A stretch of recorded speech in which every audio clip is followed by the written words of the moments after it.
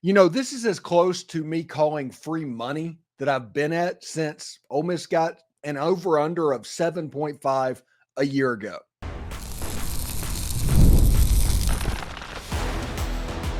You are Locked On Ole Miss, your daily podcast on the Ole Miss Rebels. Part of the Locked On Podcast Network, your team every day.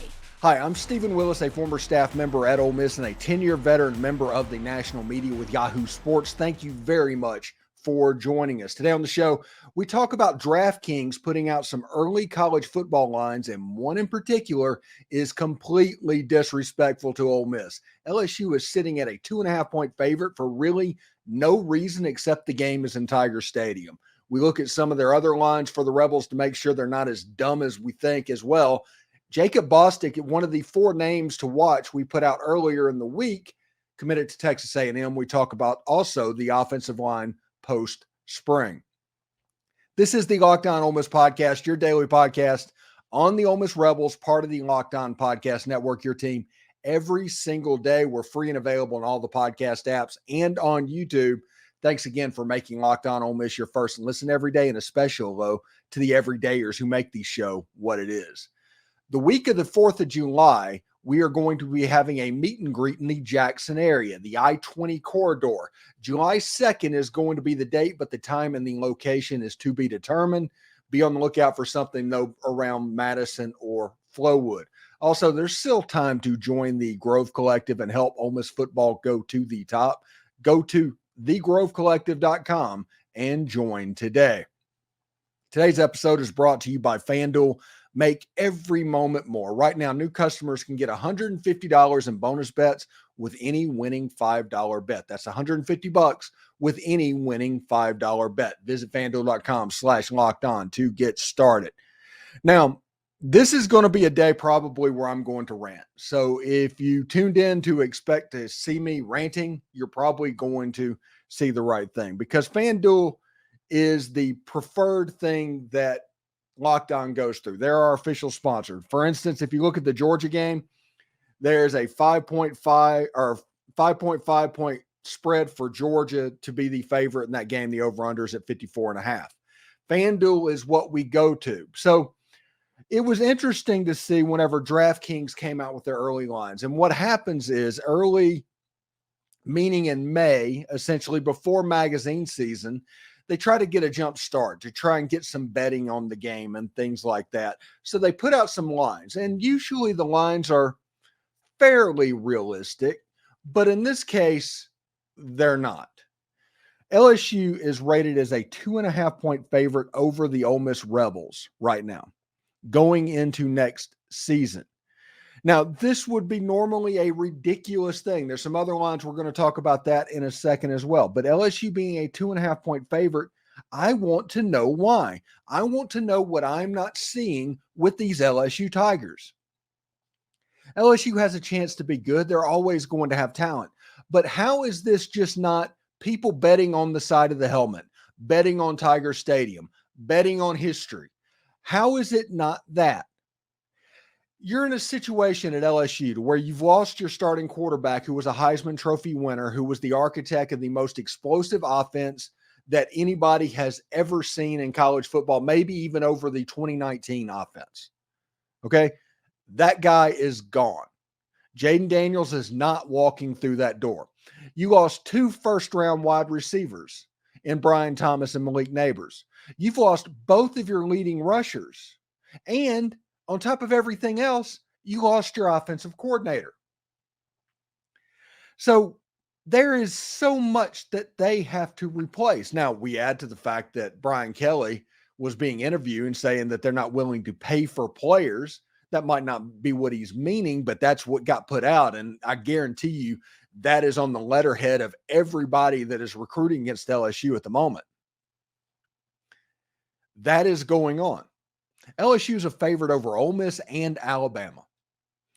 Is Tiger Stadium in Vegas's mind that formidable to the point where it's worth it? That at this point, honestly, between Ole Miss and Alabama and LSU being favored in those games by whatever amount, is Tiger Stadium worth 15 points? Because that's what it would need to be. This LSU team has to replace every major piece on their offense. Their second leading rusher from a year ago is on Ole Miss's campus right now. And you have to change all of this over. Now, Garrett Nussmeier is a good quarterback, and there's going to be some talented pieces. But Malik Neighbors is not walking through that door. Brian Thomas is not walking through that door. And Jaden Daniels most absolutely, certainly is not walking through that door.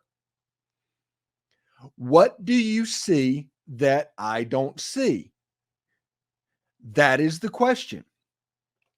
This is from On3. And On3 is going through ranking top 10 nationally units around college football. Ole Miss has the number 5 running back unit currently. Ole Miss has the number 7 quarterback room currently, ahead of LSU by 1. LSU is on a couple of these lists. Ole Miss is on all of them, these top 10 lists. So LSU is popping up on the quarterback unit, but they're coming in behind Ole Miss. Now you look at other things on here. The wide receiver units. Ole Miss comes in at number 4. I've talked about on this program that Ole Miss might have the best wide receiver unit in all of college football. LSU made the list, but not as high as Ole Miss. And if you look at tight ends, Ole Miss even pops on there at number 8. LSU's not on that list. Make it make sense to me. Why is LSU favored in this game? It has to be a clickbait thing by the betting service for it to happen. Either that or Tiger Stadium is worth 15 points. Or maybe they just think that LSU fans are so dumb that they will go ahead and put money on there thinking they have a better team than they do. Maybe it's simply as the fact that LSU has more fans than Ole Miss has. Maybe that's what's going on here. Because whenever you put these numbers out and what's going on, everybody's going to say, well, they have to be doing it about defense. But last year's LSU's defense was one of the worst units that I have ever seen play college football. Period. And they haven't added to that group. They're going to try and make that group of players better, and they probably will be better after they brought the defensive coordinator in from Missouri, but not that much better. Not better than what Pete Golding has built at Ole Miss, to where Ole Miss is probably better on the defensive line, at linebacker, at cornerback, and at safety. You might have a situation in that game to where you're looking at position groups, and the only positions that LSU might win, they might win offensive line because they have a couple of tackles that are pretty good, honestly. They might win punter, maybe. I don't know what they are at field goal. Maybe they're winning field goal as well, but they're not winning another position. So whenever you look at these numbers going over and you see that LSU is favored by 2.5 points, you're going to get 2.5 points in this game as an Ole Miss fan. It's got to be Tiger Stadium. I don't understand. I just don't get this. Because honestly, it's almost embarrassingly ridiculous and maybe pandering to try and get money from a certain fan base of a team that might not be particularly good. I've mentioned that you look at what LSU is bringing back this year and what they did a year ago and all of that. And Jaden Daniels, if he wasn't the quarterback at LSU, they win 6 games a year ago. As good as they were with first-round NFL draft picks, with Logan Diggs, with all of that, they win 6 ball games, maybe 6 ball games. They only won 10, essentially, because of Jaden Daniels, the Heisman Trophy winner, unbelievably athlete. I think he's going to be doing potentially special things in the NFL. So don't hear me saying this as hating on LSU. I just don't think that LSU is going to be very good this year. Now, they're going to have some talent. They always do. But what is their top end talent going to look like? What is it going to look like with a Garrett Nussmeier run system as opposed to everybody else? They've recruited fairly well, but there's going to be growing pains, especially on that side of the ball that you're trying to correct. And you're going to go into this Ole Miss game with a defense that was returning one of the worst defenses that I've ever seen, which 2 or 3 players got drafted off of, by the way. Going into that against a team that ripped you to shreds a year ago, nobody in that secondary could match up with Trey Harris a year ago. Nobody. It was a complete and total utter mismatch. Now you're going to add Juice Wells. Now you're going to potentially add Deion Smith, who is a former LSU player that might have a little bit of a chip on his shoulder. This line makes no sense. And because of that, I cannot wait for the LSU Tigers game. This game has a chance to be some of the most fun that Ole Miss fans have ever had. When Ole Miss is really good, which Ole Miss potentially could be this year, okay? We're talking playoffs and all of that stuff. Whenever the game is in Tiger Stadium, it's special. It's special because the LSU fans make it special. The big game treatment that this game is going to get, where you might have 2 teams come into this Ole Miss LSU game undefeated, it has a chance to be special. And I am so looking forward to what can happen as well. Told you I was going to rant. Anyway, thanks again for making the Locked On Ole Miss podcast your first listen of the day. We look at a few more Ole Miss football early lines from DraftKings to make sure they're not as dumb. And Jacob Bostick is also committed to Texas A&M. For more than 25 years, Yahoo Finance has been the brand behind every great investor. Whether you're a seasoned investor or looking for that extra guidance, Yahoo Finance gives you all the tools and data you need in one place. They are the #1 finance destination, including a holistic look at the financial news cycle, including breaking news, original editorial perspectives, analyst ratings, independent research, customizable charts, and so much more. Securely link your brokerage account for a unified view of your wealth, including 401k and other investments. It's a comprehensive perspective, and it's what sets it apart for great investors, and how Yahoo Finance ensures you have the insight to look at your wealth in its entirety. YahooFinance.com, with a community of over 90 million users each month, their real strength is helping you on your way to financial success. For comprehensive financial news and analysis, visit the brand behind every great investor, YahooFinance.com, the #1 financial destination. That's YahooFinance.com, YahooFinance.com. Are you watching Fox Sports or ESPN on your TV all day and you have to turn down the volume with all of that shouting? Make the switch to Locked On Sports today. It's a free 24/7 sports streaming channel programmed for you each and every single day to bring you the biggest stories without all of that screaming. Locked On Sports today brings you can't miss analysis, opinions, and news, streaming 24/7 on YouTube or the free Amazon Fire TV channels app, part of the Locked On Podcast Network, your team every day. So we talked about that LSU line and how ridiculous it was, and LSU being favored by 2.5 points, even though the game is in Tiger Stadium, is ridiculous. They're also favored over Alabama. I have no idea what DraftKings sees in LSU at the moment. But there are other lines that came out. DraftKings basically set it up to where all the major games of the year and all the big fan base games, the games where they can get people to bet on what's going on, got put out a little bit early. So they have some early futures. FanDuel is not quite there yet. There's only the Georgia Ole Miss game that's on FanDuel, but DraftKings is already there. If you look at the other games on there, you have Ole Miss as a 6-point favorite over Oklahoma. That's a pretty interesting deal. You've got Georgia as a 7-point favorite over Ole Miss, and you've got Ole Miss as a 6.5-point favorite over Florida. Interesting stuff. Now, you have a bunch of stuff going on. This is all in the second half of the season, so we cannot randomly just guarantee that it's going to look in any certain way. But the Georgia game, if you look at the FanDuel side, Georgia's favored by 5.5 points. If you look at the DraftKings side, Georgia's favored by 7. So basically, you can get 7 points right now on Ole Miss on DraftKings.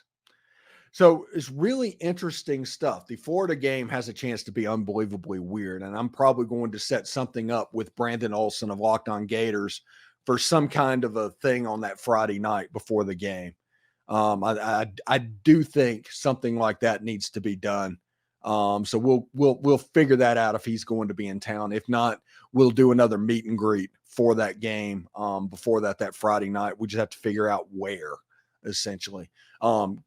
Gainesville, Rebel Club, something like that, wherever you're planning on doing a night before meet and greet, let me know. I will go do my meet and greet right there and bring people in to your party as well. So Ole Miss is favored by 6.5 over Florida, by roughly a touchdown over Oklahoma. I think it's 6 points. They're underdogs by a touchdown to the Georgia Bulldogs. No big lines, but no big lines are expected. Nothing kind of, is enough to where they get you riled up like that LSU line. Georgia is about a 5 to 7 point favorite over absolutely everybody in the country right now. The fact that that's a single digit line, that's probably a win for Ole Miss football. I think Georgia is favored by 3 points or something like that over Texas. Georgia has at Texas, at Ole Miss, at Alabama. If Georgia goes undefeated this year, they deserve the national championship.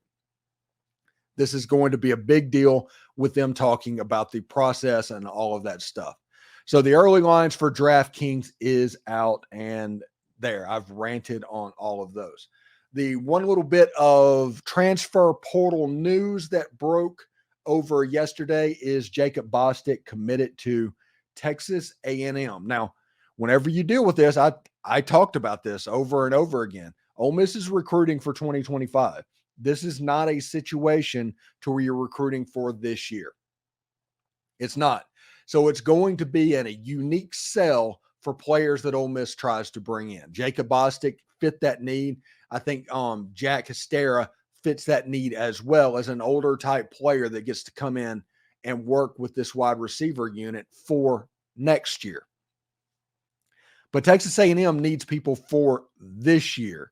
Evan Stewart transferred out to Oregon. This team looks completely different than it did a year ago. Jacob Bostick probably got a pretty good deal to go to A&M. And I also think it's funny that since he's down in Texas now, it's a Jake Bostick Texas A&M order graphic they put as Jake Bostick, not Jacob Bostick. And I think that's pretty funny as well, because in Texas, it's got to be like Jake, right? That's what it has to do. He's a good player. So the 4 names that we were told to watch out for, essentially over the course of the week: Tyler Barron, Jake Bostick, Jack Hystera, and I think somebody else. I forgot a name. So I'm sure that'll pop up again. So we'll see exactly how that goes, especially on the Tyler Barron stuff as well. So Tyler Barron, Jack Hystera, those are 2 names to watch for in the transfer portal. When something pops in the transfer portal, we will have it on the show. I love the transfer portal. It's one of my favorite things. People might hate it for what it can do, but it is one of my favorite things for what it does. And that is, it provides content fodder that I can have the most successful April and May so far that I've ever had because of me focusing on the transfer portal. Anyway, when we come back, we will talk about the offensive line this spring, and we'll just kind of ramble a little bit as well. Somebody in the YouTube comments yesterday asked for me to do a video on the offensive line. You know what? Just happens to be its turn as well. So we'll see how it goes. Thanks again for making Locked On Ole Miss your first listen of the day. We continue our pro-spring look at positions, and today we look at the offensive line, maybe even talk about tight ends a little bit as well. We'll see what happens there. It's winner take all time in the NBA and the NHL, and FanDuel is giving you a shot to bring home a big win of your own. Right now, you can bet on the Ole Miss win total for 2024 that is currently sitting at 9.5, and you can get that at minus 144. Or you can bet on Ole Miss to win the SEC outright, which currently sits at plus 650. That's essentially 6.5 to 1. So right now, new customers can get $150 in bonus bets with any winning $5 bet. That's $150 to bet on spreads, money lines, player props, and more. Visit FanDuel.com/lockedon and make every playoff shot count. FanDuel, it's America's #1 sports book. Locked On has launched the first ever national sports 24/7 streaming channel on YouTube, and now it's also available on Amazon Fire TV in the free Fire TV Channels app. Locked On Sports Today is here for you 24/7, covering the top sports stories of the day with the local experts of Locked On, plus our national shows that cover each and every single league. Find Locked On Sports Today, now available in the free Fire TV Channels app. Be part of history. And the Locked On Sports Today thing that they did, there might be some expansion coming in that field as well. I've heard rumors of an NFL channel that's all NFL coverage. It's like a Locked On NFL network, and a Locked On SEC network could be in the offering as well. There's a lot of new stuff that comes. So I'm telling you, everybody, and if you don't listen to anything else I say, listen to this, because I am dead on right about this. And that is, Locked On is the future of covering your college football team. In 10 years, it'll be people like me that populate all of this internet, talking about whatever your local college football team is. We're replacing sports talk radio. We're replacing beat writers. We're replacing everything that was college sports coverage. And we are going to basically saturate whatever market we're in, just like I am around Ole Miss right now. Interesting situation. I am very fired up about what would happen, and I think that Ole Miss is going to honestly be better off for people like me doing this. And that's not me being egotistical or anything like that. That's just me saying that this type of coverage is needed in college sports right now. So in the post-spring looks, we took a couple of days off. We did the running backs, the wide receivers, and the quarterbacks already. We're at the offensive line and tight ends right now. Offensive line position-wise, they're in really good shape. There's probably 150 starts or something like that in the offensive linemen that are at Ole Miss right now.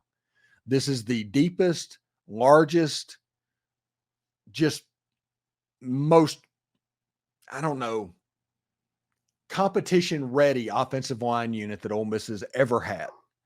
Ole Miss is in a position to where they can go through and run the ball when necessary. They can match up against these Georgias, these LSUs. Heck, if they play Alabama in the championship game, if they play Texas in the championship game, in the playoff, they match up and they have the numbers to do so as well. See, here's the joke and here's the rub. When you come post-spring, everybody's going to say, well, all these players, Ole Miss has all these players. That has to be a situation.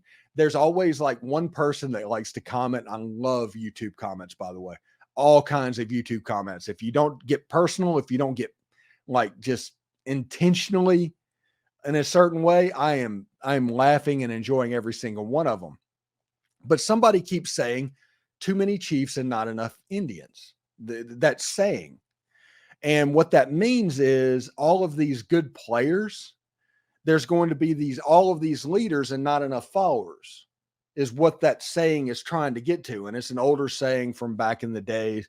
And it honestly could be, viewed a certain way now, but that is the saying. It's popping up in my comments. Well, you have a situation, what he's talking about is there's just too many good players. There are just too many good players. And whenever you have too many good players, you have to deal with the fact that there might not be followers. And Ole Miss is in that position right now. It's a weird situation to be in, of having too many good players that people will just assume that good players are the ones that they're going to look to. But the YouTube comments can be, quite interesting. Anyway, so you have a situation. My dog is going absolutely crazy right now. It just kind of is what it is, but bear with me. You have Diego Pounds and Jaden Williams at left tackle. Nobody transferred out on the offensive line. Nobody. So you have Diego Pounds and Jaden Williams. You do not have a situation like when Ole Miss went to Georgia. Everybody talks about Georgia and how bad it was for Ole Miss that day. They don't talk about the fact that Ole Miss was down both of their offensive tackles for that game. And Ole Miss was having to mix and match on the offensive line, and it just didn't work against the most talented team in the entire country.